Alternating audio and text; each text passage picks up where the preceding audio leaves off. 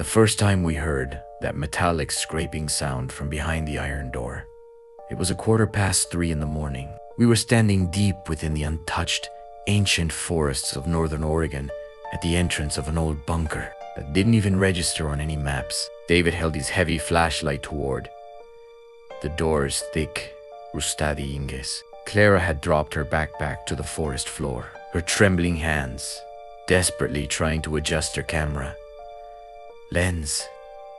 "Julian," Clara whispered, her voice barely carrying through the damp air. "That sound, it didn't come from inside. It came from above." I looked up. The pine needles resting on the colossal concrete slabs that roofed the bunker were dancing violently in the howling wind. Our purpose here was simple: to debunk yet another popular urban legend, or to offer our audience a truly chilling, bone-deep adventure. But in those first 10 minutes before the door, the professional composure I usually prided myself on began to slowly melt away. "There's nothing up there but the wind," I said, unable to even convince myself. "David, do you have the crowbar?" David didn't answer. He had fixed the beam of his flashlight onto the muddy ground right beneath the door. Where the light fell, fresh footprints stained the earth. They weren't leading inward. They were deep, frantic, uneven prints, as if someone had fled from the inside out in a desperate rush. The mud hadn't even begun to dry, which meant that just minutes before we arrived, someone had left this bunker in a hurry. Or, worse, they had heard us coming and slithered into the shadows to hide. "Let's turn back," Clara said, trying to jam the camera back into her bag. "This doesn't feel right. These tracks, they are too fresh." "Don't be ridiculous, Clara," David said, his voice laced with his usual arrogance and defiance. "Did we hike for 2 days through this wilderness just to turn back because of a couple of footprints? It's probably just some local transient trying to keep warm inside. The nearest town is 40 miles away." "Davy, what kind of homeless person wanders all the way out here? Whoever it was, they aren't inside anymore." I cut in, grabbing the crowbar from David's hands. I wedged it into the narrow gap of the door and threw my entire weight against it. The agonizing, screeching wail of metal scraping against the door groaned and swung backward with a deafening crash, as if it had been waiting for this exact moment for decades. The breath of air that hit our faces from the darkness was cold, dry, and utterly stagnant.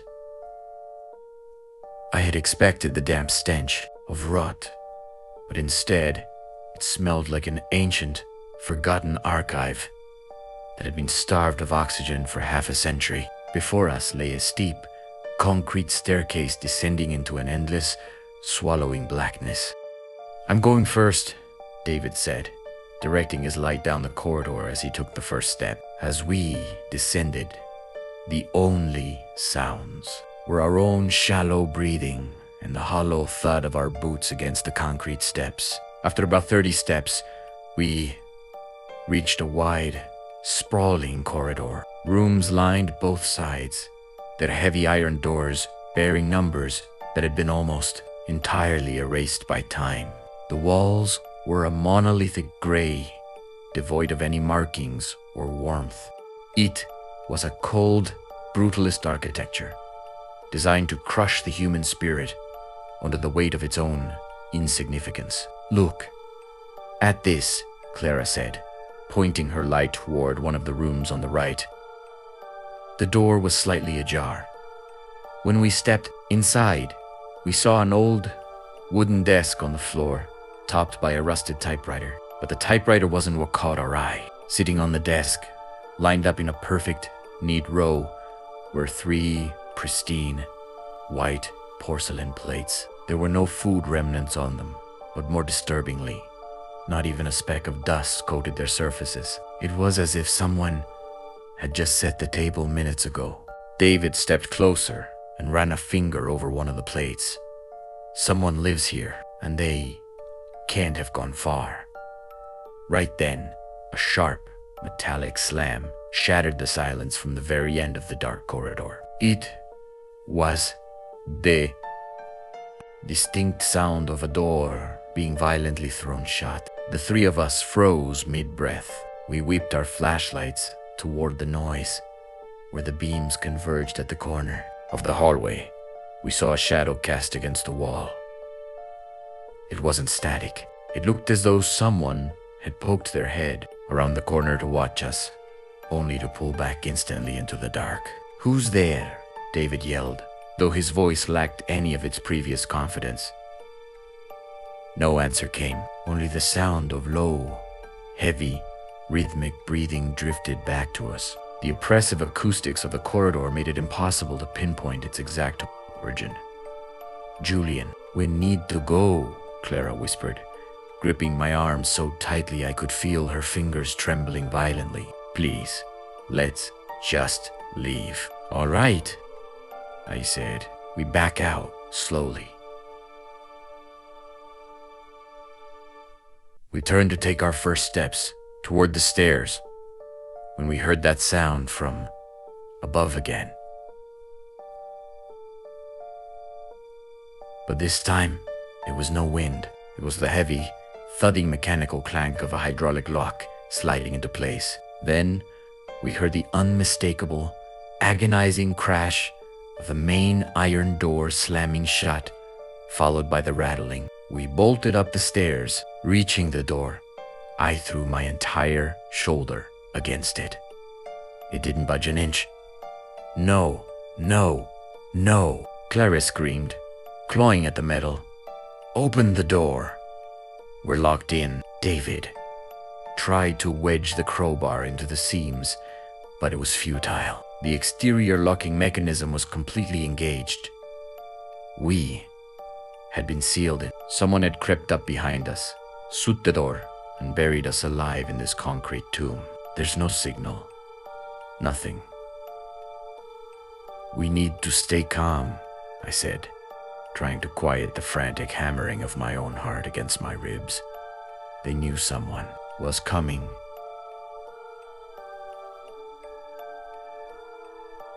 It's a trap, but bunkers like this always have secondary exits, ventilation shafts, emergency escape, hatches. We have to go back down and find them. There is someone down there. "Julian," Clara whispered, her eyes wide with terror. "Even if they aren't the one who locked us in, someone is down there, watching us." "We don't have a choice, Clara," I said, looking directly into her eyes. "If we stay here, we'll die of dehydration. We go down, we find the other exit, and we get out." "David, keep your light focused." We descended the stairs once more, returning to that grim, gray corridor. But now, the air felt infinitely heavier. With every step we took, faint, scratching noises echoed from behind the concrete walls. These weren't the sounds of machinery. When we reached the end of the hallway, the path split in two. To the left lay a tunnel resembling a generator room, its walls choked with rusted pipes. To the right, a wider corridor opened up toward what looked like offices and sleeping quarters. Generator rooms usually have large ventilation shafts leading to the surface. We turned left. The slow, rhythmic drip of cold water leaking from the pipes onto the concrete floor made the silence unbearable. After walking about 50 meters, we stumbled upon something standing right in the middle of the corridor. It was a video camera, a small, handheld camera, very similar to our own, mounted on a tripod. Its lens was aimed directly at the path we had just walked. A tiny red light on the camera was blinking. It was recording. Flipped open the small screen. When he hit play, we all stopped breathing. The footage showed us. It captured the exact moment we entered the bunker. Our descent down the stairs, our inspection of the typewriter room. Every detail was there, but the camera hadn't been behind us. The footage was shot from a vantage point just a few meters ahead of us. From deep within the very darkness we'd been walking toward, someone had stood right in front of us, filming us as we approached, and we had never even noticed. "This is impossible," David whispered. "Our lights were on. If someone was standing right there, we would have seen them. We didn't see them because..." Clara's voice died in her throat. Her eyes were locked onto the dark wall behind the tripod, scrawled on the concrete and hurried. Crimson chalk was a message. "I can hear your hearts. One of them is beating too fast. Let's make it stop." Directly beneath the writing, fresh, dark droplets of real blood were dripping slowly to the floor, not yet dry. As we stared at those dripping droplets of blood, the air in the corridor seemed to instantly freeze. Clara's sob caught in her throat. I could hear the thrumming of my own pulse roaring in my ears, beating so hard and fast I thought it would tear through my chest. "Julian," David said, his voice completely broken for the first time. The arrogant boy was gone, replaced by Alto, terrified child. This isn't a joke. Someone is really playing with us." "I know," I said, sweeping my flashlight beam across the dark corners around the message. "Keep your lights on. Nobody separates. Clara, watch my back. David, watch the front leaving. The camera on its tripod." We hurried forward. The corridor leading to the generator room grew progressively narrower. Cold water dripping from the rusty pipes clung to our jackets, each drop mimicking the sound of someone creeping up behind us. When we reached the heavy metal door at the end, David threw his weight against the handle. It wasn't locked. The door creaked open, and our flashlights illuminated a massive machinery room. Inside were colossal, rusted generators, thick bundles of cabling, and metal control panels. But most importantly, in the corner of the ceiling, we saw a wide ventilation dot shaft with iron rungs climbing upward. "There!" Clara gasped, pointing to the shaft. For the first time, a flicker of hope crossed her eyes. "It must lead to the surface." "I'm going up," David said frantically. Without waiting, he grabbed the first rung and began to climb. Right then, a sharp clatter echoed from the dark, far corner of the room, the sound of a piece of metal hitting the floor. Then we heard someone whistling. It was a very slow, rhythmic, almost cheerful melody. It sounded like a children's nursery rhyme, but echoing against the cold concrete walls of this dark bunker. It felt entirely alien, carrying a twisted, menacing threat. I whispered, panning my light toward the corner of the room. The beam cut through the shadows and hit a figure standing behind the generators. He was there. He wore an old, mud-splattered raincoat. His face was entirely concealed by a filthy, tattered burlap sack mask. At us, in his hand, he held a long, rusted bone saw. He didn't rush us, nor did he try to run. He just stood there, head tilted slightly to the side, continuing to whistle that cheerful, sickening tune. "Hey!" I shouted, shaking, the flashlight to blind him. "Who are you? What do you want from us?"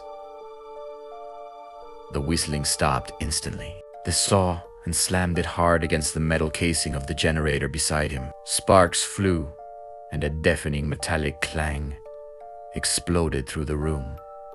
"Julian! Come on!" Clara screamed. She was already halfway up the rungs. Stepping backward, never taking my light off the figure, I reached for the iron ladder. The moment my foot hit the first rung, the whistling started again. But this time, it was faster, and the sound wasn't coming from behind the generator anymore. It was coming from directly beneath the ladder. He scrambled up the rungs. David had already climbed into the horizontal tunnel of the shaft, with Clara right behind him. As I reached the mouth of the shaft, I leaned down and shone my light below. The masked man was standing at the base of. It took a deep rattling breath behind that burlap mask. And then, with terrifying speed, he began to scale the iron rungs. He didn't climb like a human. He moved like a wild beast, using every limb with unnatural, fluid violence to race upward. "Close the hatch," I roared. David and Clara frantically pulled at a heavy iron grate inside the horizontal tunnel. The grate was rusted and seized. The man's hands were almost at my feet. The tip of his saw scraped against the iron rung beneath me with a sickening shriek. With all my might, I kicked downward. The heel of my boot connected heavily with his shoulder or head. He let out a muffled grunt and lost his footing, plummeting several meters onto the metal floor below. I heard the sickening, heavy thud and the distinct sound of bones snapping upon impact. But he didn't stop. From where he fell, as if completely immune to pain, he pushed himself up instantly and lunged back toward the ladder. "Julian, take my hand." David screamed. I lunged upward. As David and Clara hauled me into the crawl space, we dragged the heavy metal grate over the shaft opening, slamming it shut. We threw our weight onto it. A second later, violent blows began to slam against the grate from below. The metal rattled beneath us. The masked man didn't utter a single word as he tried to shatter the barrier with raw, brute force. There was only his labored, ragged breathing and the relentless hammering of his fists. Clara cried, scrambling backward through the narrow tunnel. The space was so tight, we could only crawl on our bellies. Dust, thick cobwebs, and jagged metal edges scraped against our skin. Our flashlight beams failed, suffocated in the cramped passage. The hammering below slowly faded, but it brought no comfort. We knew he knew this bunker infinitely better than we did, and he undoubtedly knew exactly where this tunnel led. The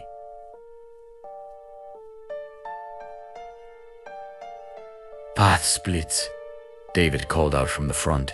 The left goes steeply upward. The right goes straight. Take the right. Primera acá. Lead back. The upward path might be blocked. We veered right.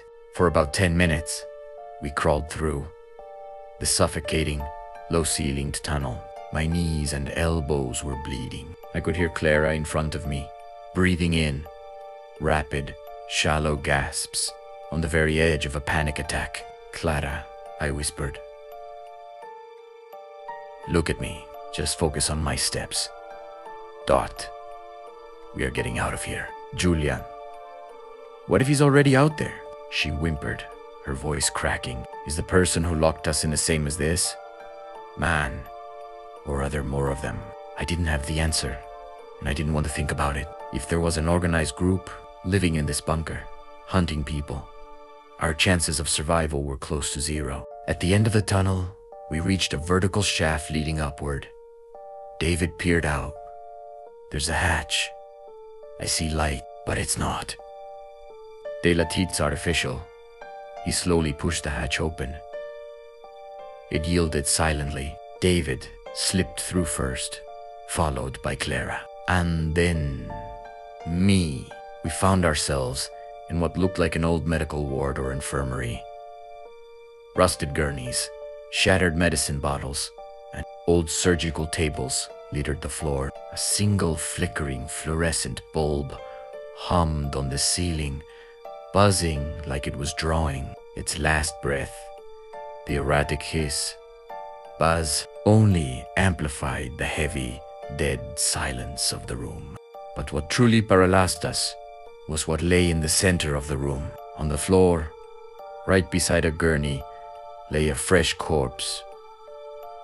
From his clothes, it wasn't hard to tell he was a traveler or content creator like us. His throat had been severed with a single, clean, professional cut. Clara clamped her hands over her mouth, fighting a violent urge to vomit. It's him, David whispered, pulling an ID card from the dead man's pocket. The guy who shared the coordinates of this bunker on that forum. Marquez. He went missing 3 weeks ago. They lured him here, I said, tracing the smear of blood on the floor. The crimson trail led toward the far door of the room. This bunker isn't an urban legend, it's an active hunting ground. Just then, static hissed from an old intercom speaker, mounted on the wall. After a wave of white noise, a voice spoke incredibly calm, cold, and utterly devoid of human emotion. It spoke in English. You shouldn't have come, Julian, but since you are here, let's see who plays the game better. The voice came through the speaker, but the faint, natural echo behind it suggested the speaker was incredibly close, perhaps in the very next room. Clara, I said softly, turn on the camera. If we don't make it out, at least let them see what happened. Julian, I can't, Clara sobbed, her hands shaking uncontrollably. My hands, they won't stop shaking. Double quotes, yes, you can, I said, grabbing her by the shoulders and giving her a firm shake. Look at me. Focus. We are not victims. We are walking out of here. David, see if there's anything useful on the body. As David searched Marcus's pockets, he pulled out a metal keychain and a folded piece of paper. It was an emergency evacuation plan of the bunker. We're here, David said, pointing to a faded red dot on the map. The infirmary? The tunnel to the main exit starts right down the hall from this room, but the door is protected by an electronic keypad. What's the code? Primera. Ask it. There's something written on the back of the map, David said, flipping it over. A date. The 9th of November, 1984. This has to be it.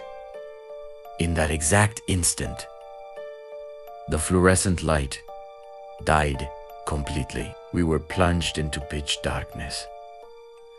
And then we heard the door on the far side of the room slowly creak open. The familiar, agonizing groan of rusted hinges sliced through the blackness.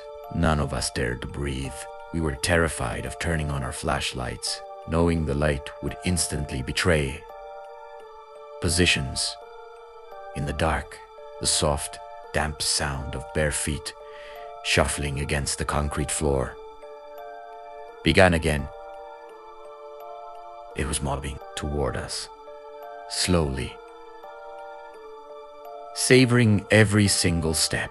David, I whispered at the lowest frequency possible.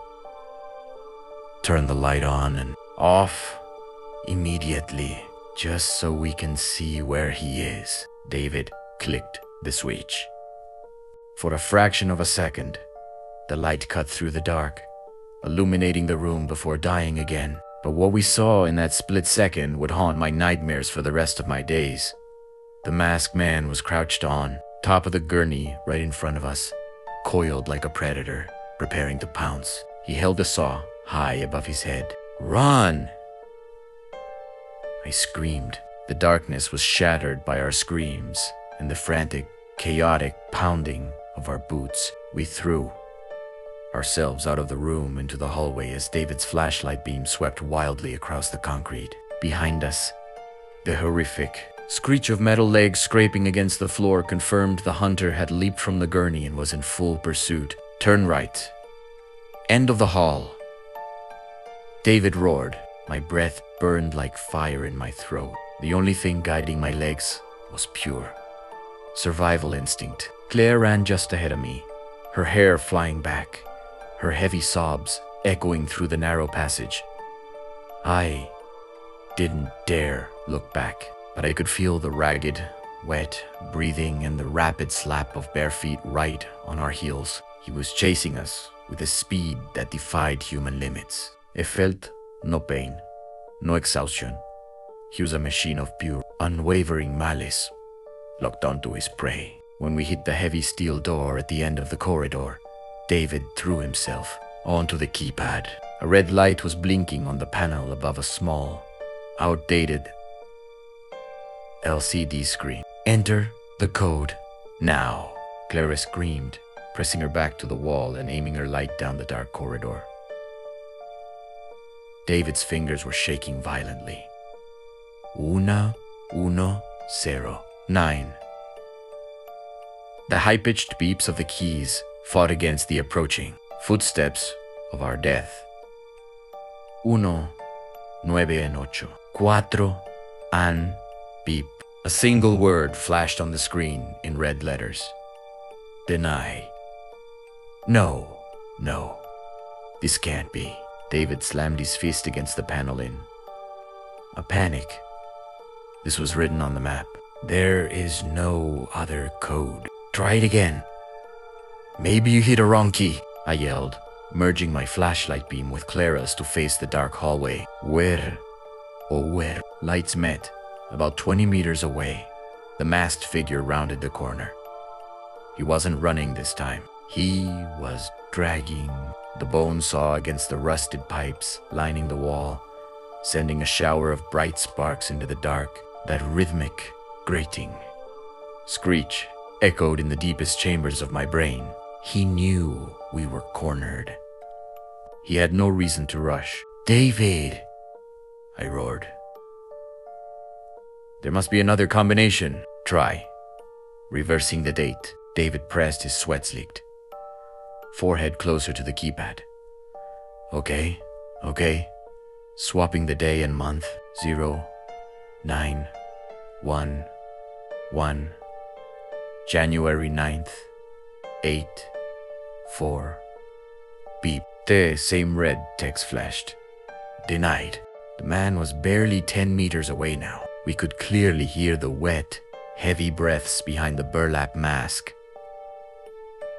The rancid, metallic stench of sweat and decay washed over us. This wasn't a phantom. This was a man who had shed every ounce of his humanity, living as nothing more than a rabid beast. And he wouldn't stop until he turned us into cold meat, just like Marcus. Julianne, Clara whispered. Her flashlight slipped from her hand, clattering to the floor. She had given up. It's over.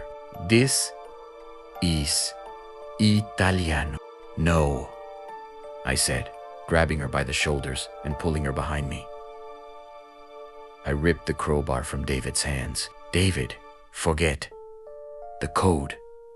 Rip the wires out. Short-circuit it. David began smashing the plastic casing of the keypad with the end of the crowbar. The plastic shattered with a loud crack, exposing a nest of yellow and blue wires. David grabbed them and pulled with all his might. Sparks showered into the dark. In that exact moment, the man took his final stride and swung the bone saw directly at my head. Instinct took over. I ducked. The saw struck the steel door behind me with a deafening, metallic clang, and sparks stung my cheek.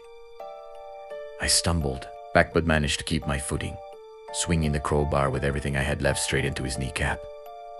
Crack. The sound of shattering bone echoed through the corridor. The man let out a guttural, muffled groan and collapsed to one knee.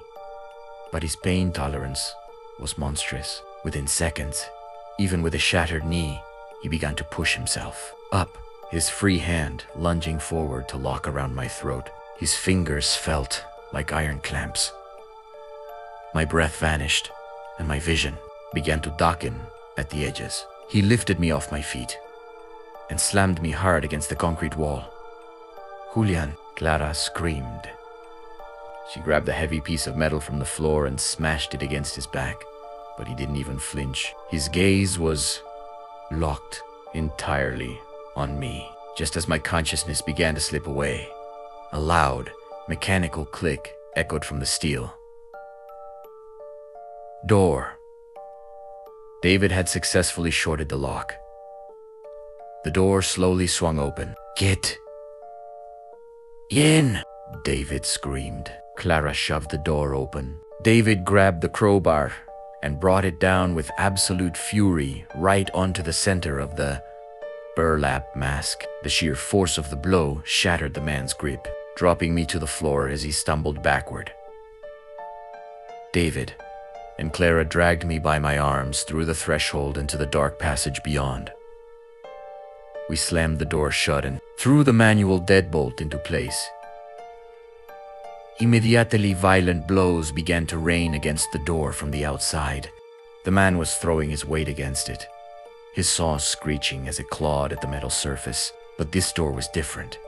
It was a reinforced blast door leading to the bunker's main escape tunnel. I lay flat on my back, desperately dragging air into my burning lungs. My throat felt like it was on fire. David knelt beside me, squeezing my shoulder.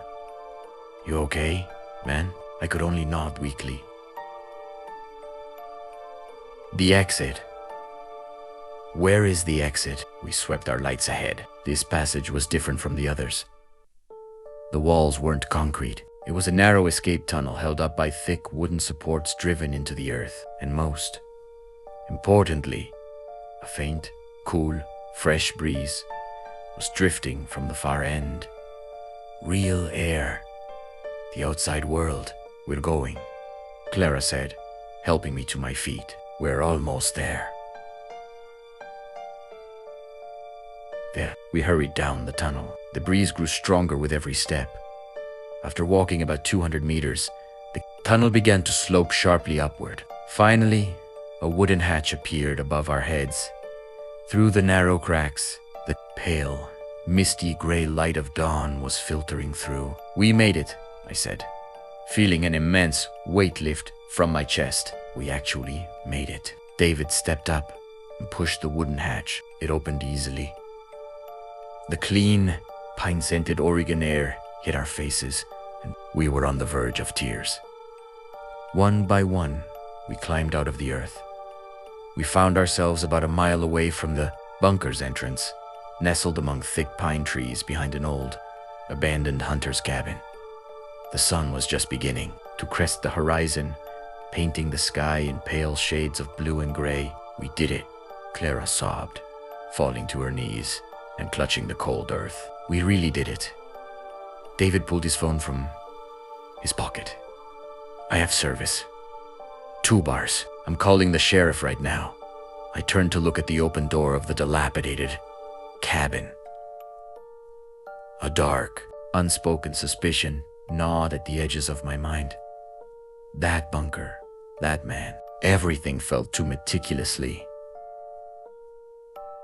constructed. Slowly, I walked toward the cabin.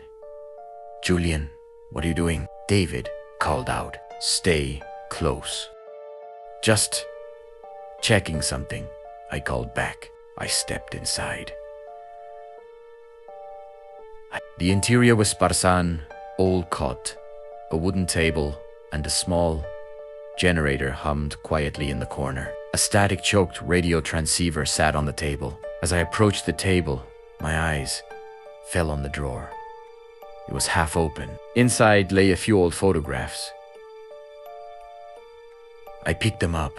The first photo showed 3 young people standing at the entrance of the bunker.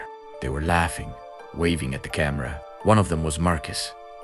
I didn't recognize the other 2. I flipped to the second photo. It was a close-up. Marcus was sitting in that very room with the typewriter, staring at the 3 porcelain plates. But his face was contorted in absolute terror. And the third photo. When I saw the third photo, the blood in my veins turned to ice. The photo showed David and Clara walking along the muddy path outside the bunker. It had been taken from behind, from the cover of the trees. Written on the back in red ballpoint pen was a note. "They are here. 3 of them, 1 is too loud, 1 is too weak. 1 is the perfect survivor. Let them play." The handwriting was an exact match to the message scrawled on the concrete wall inside the bunker. But what made my heart stop wasn't just the angle of the photo. These photos hadn't been taken before we entered. It had been taken just minutes ago, right after we climbed out of the escape hatch. The fresh mud splatters on our clothes, the tear in Clara's jacket. Everything was captured in perfect detail. This photo had been shot from the very tree line surrounding this cabin. I spun around and stared out the cabin window. David was still on the phone, his back turned to me. Clara was still sitting on the ground, her head buried in her hands, and right behind them, about 30 meters away in the dense, towering pines, the burlap-masked man stood. The bone saw was gone. His hands hung loosely at his sides. He just stood there in the dim morning light, watching us. I knew, with absolute certainty, that those unseen eyes behind the mask were locked directly onto me. He hadn't wanted to kill us. Cornering us in that bunker, chasing us through those claustrophobic tunnels, it was all part of a game. He didn't care about the kill. He thrived on watching how we faced the terror, how we pushed the boundaries of our own humanity to survive. To him, we were nothing but test subjects. Slowly, he raised a single finger to his hidden lips, a silent gesture. She. And then, stepping backward into the deep shadows of the pines, he vanished into the blackness of the forest. Julian, David called out, peering into the cabin door. The sheriff's on his way. They'll be here in 20 minutes. They told us to stay put. Julian, what's wrong? Why are you looking like that? I slipped the photos into my pocket, trying to mask the hollow, dead expression on my face. I stepped out into the morning light. I cast one final look back at the dark forest. We had escaped. We were physically alive, but the terror of those concrete tunnels, the suffocating dark, and the wet breath behind that mask, they would remain with us for the rest of our days. We had survived as humans, but none of us would ever be the same again. The game wasn't over. It was merely waiting for the next round.